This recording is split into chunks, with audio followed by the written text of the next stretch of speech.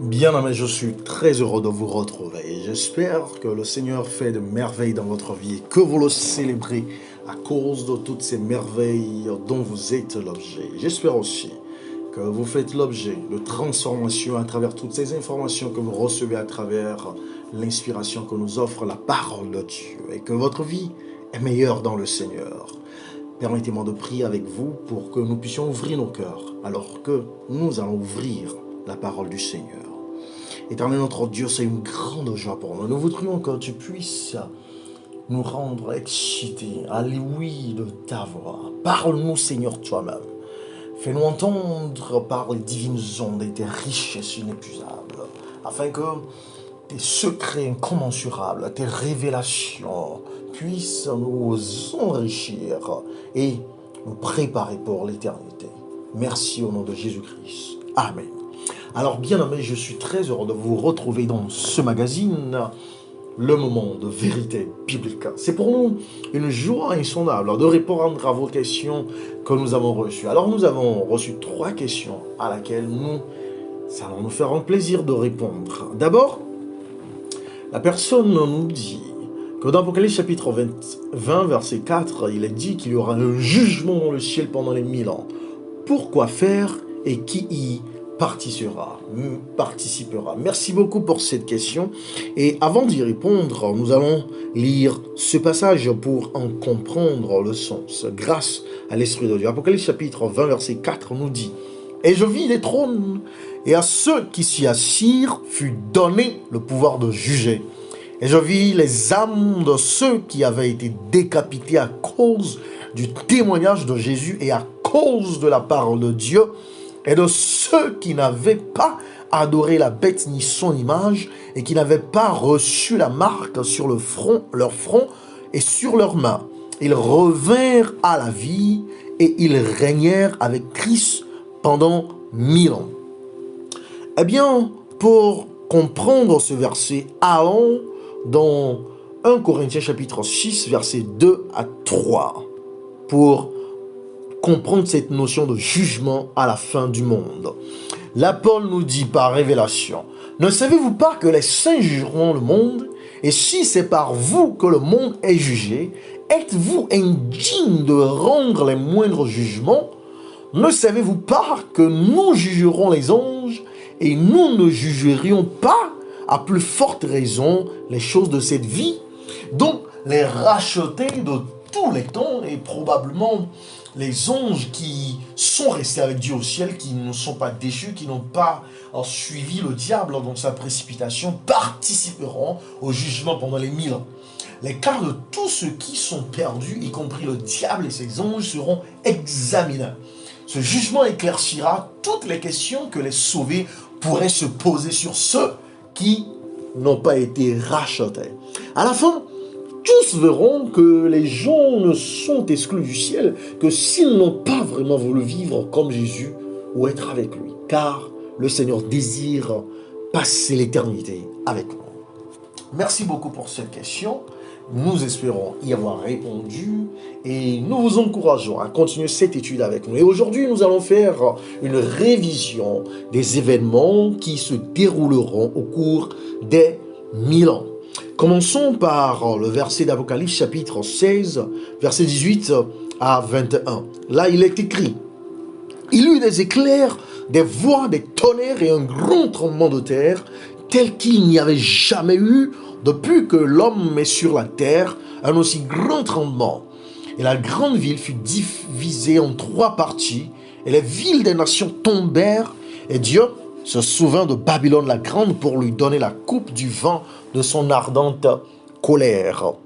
Et toutes les îles s'enfuirent, et les montagnes ne furent pas retrouvées. Et une grosse grêle, dont les grêlons pesaient 1 talent, tomba du ciel sur les hommes. Et les hommes blasphémèrent Dieu à cause du fléau de la grêle, parce que ce fléau était très grand. » Donc, le premier événement qui se passe, c'est qu'il y a d'énormes grêlons, un tremblement de terre dévastateur qui rend la terre meurtrie. La vue de cela sera épouvantable. Ensuite, se passera un autre événement que nous pouvons trouver dans Jérémie chapitre 4, versets 23 et 28. Lisons ensemble ce que la Bible y dit. Jérémie chapitre 4, versets 23 et 28. Là, nous lisons. Je regarde la terre et voici, elle est informe et vide. Les cieux et leur lumière a disparu. Je regarde les montagnes et voici, elles sont ébranlées et toutes les collines chancellent. Verset 28. À cause de cela, le pays est en deuil et les cieux en haut sont obscurcis. Car je l'ai dit, je l'ai résolu, je ne m'en repens pas, je ne me rétracterai pas. Donc, après cette meurtrissure de la terre par les énormes grêlons et le tremblement de terre dévastateur, il y aura un noir total et désolant, comme nous pouvons le lire dans ce verset. Il y aura, comme la Bible dit, des villes abandonnées et il n'y aura plus d'habitants, car la terre sera informe et vide. Les cieux et leur lumière aura disparu. Après cet événement, il y aura encore un autre événement, car nous ne sommes pas à la fin des révélations à propos des 1000 ans. Dans Apocalypse chapitre 20, versets 1 à 3, l'apôtre Jean, par la vision que lui offre Jésus-Christ, nous dit: Puis je vis descendre du ciel un ange qui avait la clé de l'abîme et une grande chaîne dans sa main. Il saisit le dragon, le serpent ancien, qui a le diable et Satan, et il le lia pour 1000 ans. Il le jeta dans l'abîme, ferma et scella l'entrée au-dessus de lui, afin qu'il ne séduisit plus les nations, jusqu'à ce que les 1000 ans fussent accomplis. Après cela, il faut qu'il soit délié pour un peu de temps. Donc, après les premiers événements, Satan est lié, forcé de rester sur la terre seul, alors que les rachetés profitent de la félicité céleste dont il a été chassé à cause de son orgueil et de sa rébellion avec Dieu pour 1000 ans. Mais ce n'est pas fini. Dans Apocalypse chapitre 20, verset 4, nous lisons un autre événement. Et je vis des trônes, et à ceux qui s'y assirent fut donné le pouvoir de juger. Et je vis les âmes de ceux qui avaient été décapités à cause du témoignage de Jésus et à cause de la parole de Dieu, et de ceux qui n'avaient pas adoré la bête ni son image, et qui n'avaient pas reçu la marque sur leur front et sur leurs mains. Ils revinrent à la vie, ils régnèrent avec Christ pendant 1000 ans. Alléluia. Donc les justes aussi participent au jugement. Ils ne sont pas oisifs, ils ne sont pas en promenade de santé ou en balade des gens heureux. Ils sont occupés à participer au jugement exécutif, puisqu'il y a eu le jugement investigatif. Ensuite, Jérémie chapitre 4, verset 25, nous révèle encore un autre événement qui se passera. Nous y lisons: Je regarde et voici, il n'y a point d'homme, et tous les oiseaux des cieux ont pris la fuite. Donc, tous ceux dont le nom n'a pas été trouvé dans le livre de vie sont tous morts, exterminés. Bien-aimés, au cours des 1000 ans, toutes les âmes qui ont vécu sur la terre se trouveront dans l'un des deux endroits suivants. Soit sur la terre, morte et perdue, ou au ciel, participant au jugement. Et je veux vous lancer un appel retentissant ce moment, car le Seigneur vous invite à être au ciel avec lui. Vous devez accepter son invitation. Vous pouvez accepter son appel. La ville sainte ainsi que tout le peuple de Dieu descendra sur terre à la fin des 1000 ans. La ville sainte avec tout le peuple de Dieu, avec tous les rachetés, après avoir participé au jugement, reviendra pour que le Seigneur rétablisse son intention idéale en créant notre terre.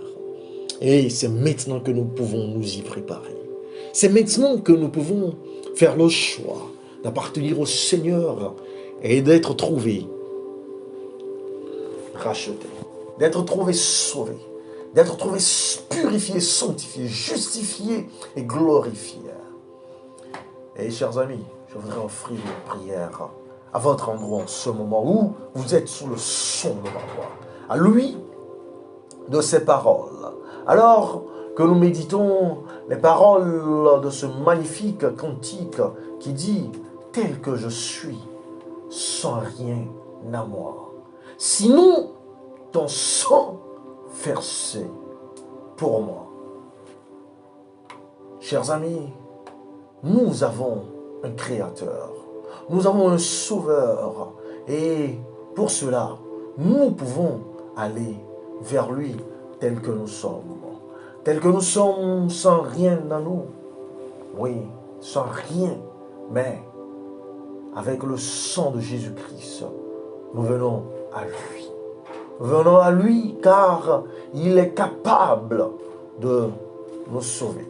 Il est capable de nous délivrer. Il est capable de nous racheter. Tel que je suis, sans rien à moi, Christopher. Tel que vous êtes, sans rien à vous. Sinon, son sang versé pour vous, pour moi, pour nous.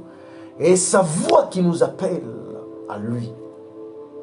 N'allons-nous pas aller à ce agneau qui s'est sacrifié pour nous, tel que nous sommes bien vacillants, en proie au doute à chaque instant, lutte au dehors, crainte au dedans. Agneau de Dieu, nous venons, tel que nous sommes, notre cœur est prêt à prendre le mien, le nôtre, tel qu'il est, pour tout changer, sauveur parfait, agneau de Dieu. Nous venons, tel que nous sommes, son grand amour, à tout pardonner sans retour. Nous voulons être à lui dès ce jour. Agneau de Dieu, nous venons, oui.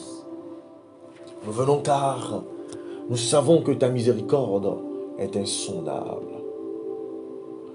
Car tu peux tout pardonner. Absoudre un si grand coupable et nos péchés oubliés. C'est pour cela que nous venons dans notre impudicité, dans notre cupidité, dans notre corruption, dans notre malhonnêteté, oui, dans notre méchanceté, oui, dans notre ivrognerie, oui, dans notre abus de drogue, oui, dans notre mécréance, oui, nous venons avec tout le poids, tout le fardeau, tous les soucis, toutes les anxiétés, toutes les dépressions, toute la culpabilité. Oui, nous venons avec tout le rejet que nous avons fait par le passé. Nous venons avec les insultes et les moqueries, les persécutions, les trahisons, les calomnies, les médisances, les abandons. Nous venons avec les incompréhensions, les terreurs, les frayeurs, les pactes sataniques, les alliances diaboliques, les autels démoniaques, les alliances imparfaites. Nous venons pour que toi, tu nous accordes ta paix, que tu nous accordes ta liberté, que tu nous accordes ton salut et ton rachat, que par ton amour, que par ta miséricorde, nous puissions être transformés à jamais. Nous puissions être reçus par toi-même et environnés de ta grâce, préparés pour l'éternité et transformés pour de grandes œuvres en toi. Merci Seigneur, car nous avons foi que tu ne nous rejettes point. Oui, que tu ne nous abandonnes point. Non, que tu ne nous laisses point à notre sort. Au nom de Jésus-Christ. Amen. Amen.